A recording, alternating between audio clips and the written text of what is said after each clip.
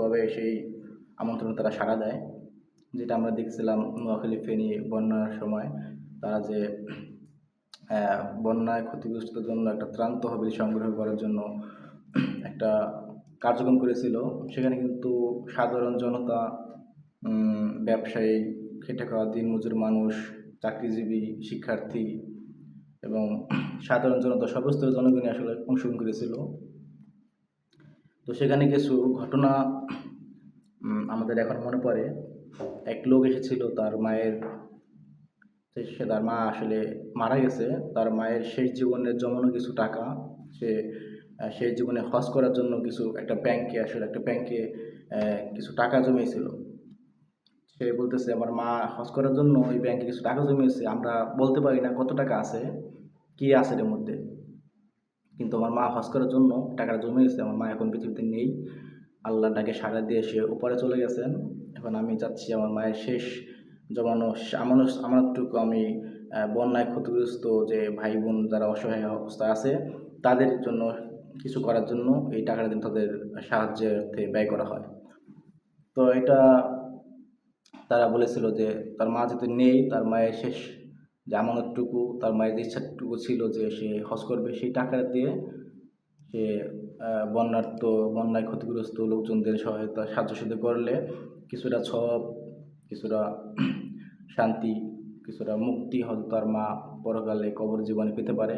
সে আশায়, সে অনুভূতি নিয়ে, সে আবেগ নিয়ে সে টাকাটা ওখানে দান করে। এবং আমরা দেখেছি যে তারা লাইভ করে কিন্তু সেই ব্যাংকটা ভাঙলে কিন্তু খুব ভালো একটা অ্যামাউন্ট আমরা দেখেছিলাম যে ব্যাংকের ভিতরে ছিল। এবং হ্যাঁ, মোটামুটি ভালো একটা অ্যামাউন্ট ছিল, সেটা ওখানে আমরা লাইভে দেখছিলাম। আরেকটা ঘটনা মনে পড়ে, সেটা হচ্ছে একটা ছেলে, সম্ভবত 10-12 বছর বয়স হবে। সেও কিন্তু একটা ব্যাংকে কিছু টাকা জমিয়েছিল হজ করার জন্য। সে হজ করার জন্য ছোট্ট একটা বালক, 10-12 বছর, তখন থেকে টাকা জমিয়েছিল হজ করার জন্য একটা ব্যাংকে।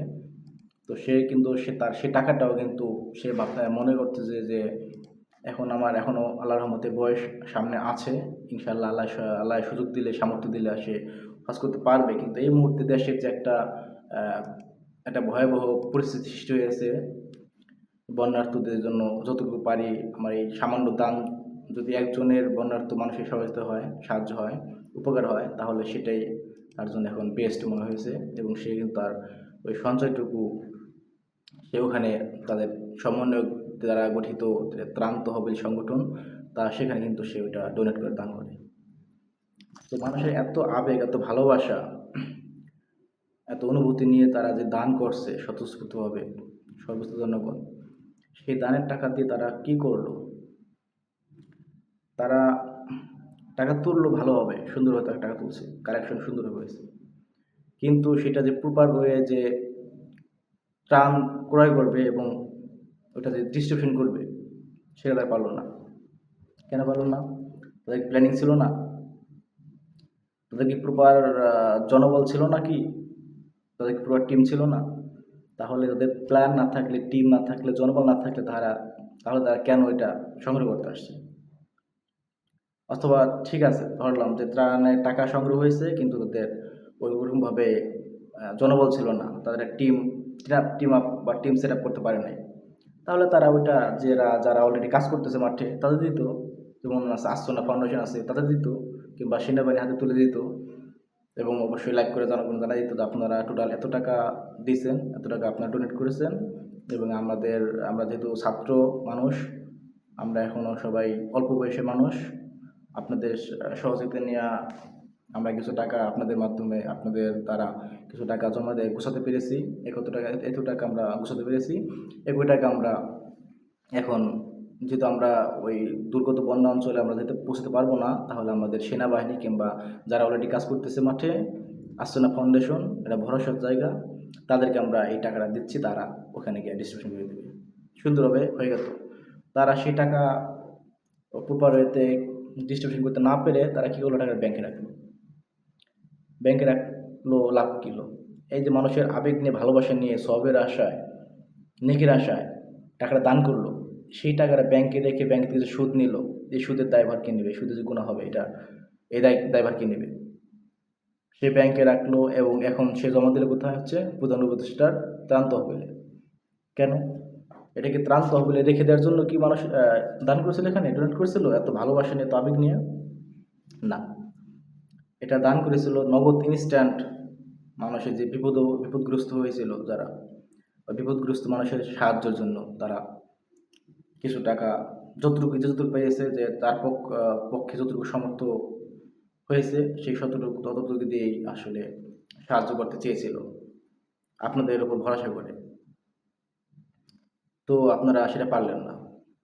সেটা আপনারা এখন প্রধান উপদেষ্টা ত্রাণ তহবিলে না দিয়ে আপনারা এখন তো রিসেন্টলি বাংলাদেশের উত্তরাঞ্চলে কিন্তু খুবই ভয়াবহ একটা বন্যা পরিস্থিতি চলতেছে। আপনারা কিন্তু চাইলে ওখানে ওটা এই ত্রাণের টাকাটা আপনারা ওখানে কিন্তু ত্রাণ দিতে পারতেন, সাহায্য করতে পারতেন সবাইকে। অবশ্যই কিন্তু এটা জনগণের টাকা, যেহেতু জনগণের কাছে কৈফিয়ত দিয়ে, জনগণকে জানিয়ে, ফেসবুকে লাইভ করে কিংবা সংবাদ সম্মেলন করে তার আপনাদের কাছে অবশ্যই আগে ক্ষমা চাইতে হবে যে আপনাদের যে টাকাটা আমাদের দিয়েছিলেন, আমাদের ভরসা করে দিয়েছিলেন, আপনাদের আমানতটা আমরা আসলে ওভাবে ডিস্ট্রিবিউশন করতে পারি নাই, এই জন্য আমরা দুঃখিত, ক্ষমা চাচ্ছি। এবং আমরা চাচ্ছি এখন যে আপনাদের ওই বন্যার্থদের জন্য যে দান করেছিলেন সেই দানের টাকাটা আমরা উত্তরাঞ্চলে যারা এখন ক্ষতিগ্রস্ত বন্যায় তাদেরকে আমরা সাহায্য করতে চাই, যদি আপনার অনুমতি দেন।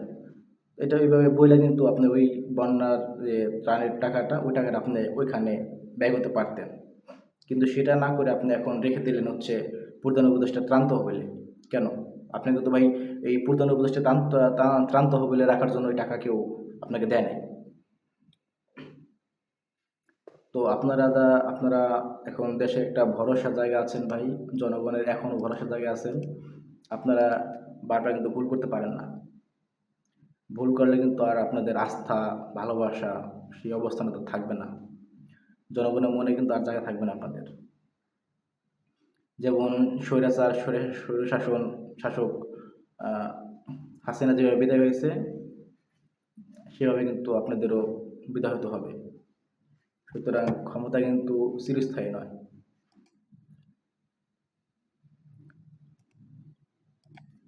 উম, এখন ভবিষ্যতে যে যা করবেন প্ল্যানিং করে করবেন। আর হচ্ছে প্রপার প্রপার প্ল্যানিং ছাড়া কিন্তু কোনো বিশেষ করে পাবলিক যে এগুলো আছে, ফাংশনগুলো আছে সাধারণ জনগণের, সেগুলো হ্যান্ডেল করতে যাবেন না প্রপার প্ল্যানিং ছাড়া।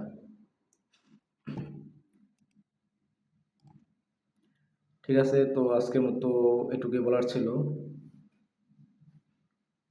এখন কিন্তু আপনাদের ওই যে বিশেষ জায়গার আগে ছিল, এখন কিন্তু অনেকটা কমে গেছে। এখন কিন্তু আপনারা চাইলে কিন্তু যদি লাইভ করে বলেন যে আমরা বাংলাদেশের অমুক জায়গায় বন্যায় ক্ষতিগ্রস্ত হয়েছে, তাদের জন্য আমরা ত্রাণ তহবিল সংগঠন সংগ্রহ করব, আপনারা সবাই এগিয়ে আসুন কিছু সাহায্য করুন। এখন কিন্তু 50% আর লোক পাবেন না আপনারা, 50% বেশি পাবেন না, কারণ আপনাদের প্রতি আর আস্থা তাদের নাই, অনেকের নাই। আপনারা কিন্তু ওই কাজটা করতে পারেন নাই, আস্থা প্রতিদিন আপনারা দিতে পারেন নাই। সুতরাং আস্তে আস্তে কিন্তু আপনাদের প্রতি মানুষের আস্থা, আস্থা যেটা বিষয়, যেটা ভালোবাসা, যেটা সেটা কিন্তু আস্তে আস্তে কমে যাচ্ছে, দেখে খেয়াল রাখবেন। আর অবশ্যই এখন জনগণের আস্থা এবং ভালোবাসা ফিরে পেতে আপনাদের ওরকম কিছু একটা উদ্যোগ নিতে হবে, ওরকম একটা কাজ করুন এবং সবাই ভালোবাসা, বিশ্বাস আবার পুনরায় অর্জন করুন। ঠিক আছে, ভালো থাকবেন।